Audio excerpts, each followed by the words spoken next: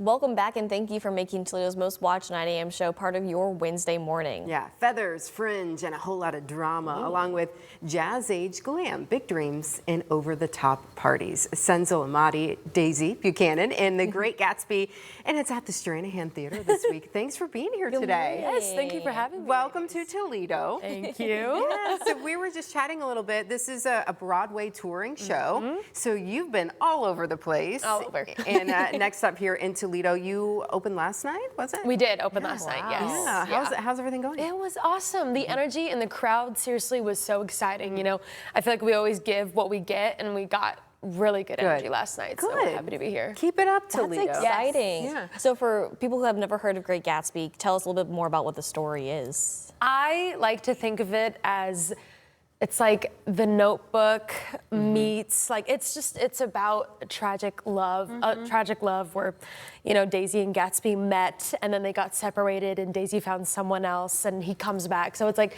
Notebook meets Wuthering Heights. But you know, it's not just a love story. I like to think of it as there's something for everybody. There's a lot of drama, there's a lot of comedy. It's a night for everybody. It's gonna be something to really look at. And I remember reading the book. Yeah, yes, in high school. High school, yes, and there's something so visual about it when you're reading the book. So how do you get that story? How do you get that onto the stage? Yeah, I mean, it's always scary doing adaptations because people have this idea of what they see in their head, and there's the book, and there's the multiple movies, and this is the first time that Gatsby has been adapted into a musical. And so there's a lot of responsibility that comes with that, but I think this team did such a beautiful job bringing it to life. I feel like when you sit in your seats, those colors come onto the stage and you just feel like you're in the 20s, and the music is my favorite part. It's so beautiful, and I think they really translated the show into such a beautiful way and also told the story through this 2026 lens where it makes a little bit more sense and you get to dive into things that maybe the book or the movie didn't before. All right, kind of bringing it up to modern. Yeah. What's it been like? I mean, you guys have been kind of all over the place touring. How's the tour life been? It's very wild. It is exciting. Toledo is, we were talking about it this morning, you guys are one of our first 10 cities that we've been to. We only launched at the end of January. Okay. And so this tour still feels very new. I mean, a lot of us, including me, we've toured before, and so we've seen a lot of the country.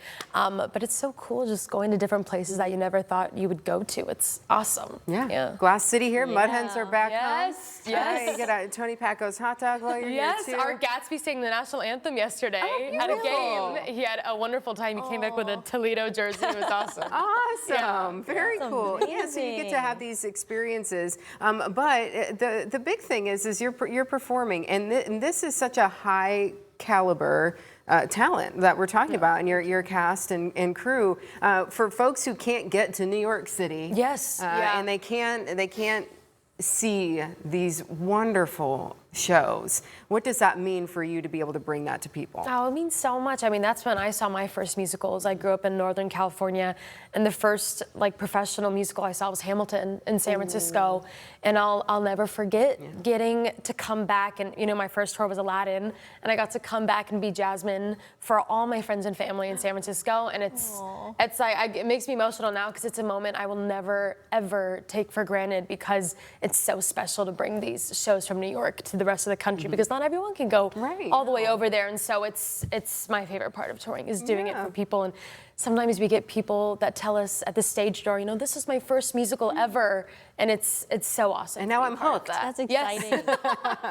Now I have to see the next one that comes into town. If there's a young person out there watching right now, what's some advice that, like, they're interested in Broadway or just in theater in general, what's some advice you would give to them watching at home right now? Oh, I would just tell you to do it. I think people never know how to get into this industry, and sometimes it's very hard and it's scary, but seriously, just do it. I think you will never regret doing what you love doing. You know, I never take it for granted that I get to do musical theater as my job, and sometimes I still can't believe it.